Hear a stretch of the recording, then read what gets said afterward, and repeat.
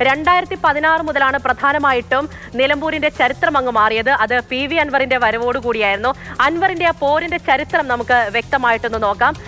ഈ പറഞ്ഞതുപോലെ തന്നെയാണ് കാര്യങ്ങൾ. 2016 തിരഞ്ഞെടുപ്പായിരുന്നു എല്ലാം മാറ്റിമറിച്ചത്. 2016 PV അൻവർ ഇടതിനു വേണ്ടി മത്സരിക്കുന്നു.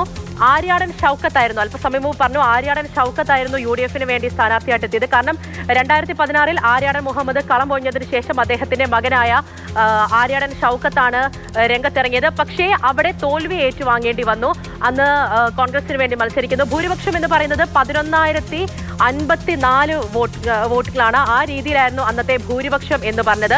ആര്യാടൻ ഷൗക്കത്തുമായി പരാജയപ്പെടുന്നു. ഇനി 2021 എന്താണ് സംഭവിച്ചത് എന്നുകൂടി നമുക്ക് നോക്കാം. 2021 അതേ കളത്തിലേക്ക് ഇറങ്ങിയത് PV അൻവർ തന്നെയായിരുന്നു.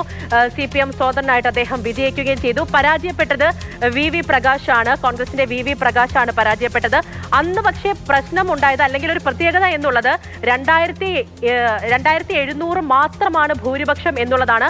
ആ രീതിയിലായിരുന്നു PV അൻവർ 2021 തെരഞ്ഞെടുപ്പിൽ വിജയിച്ചു വന്നത് എന്നുള്ളതാണ്.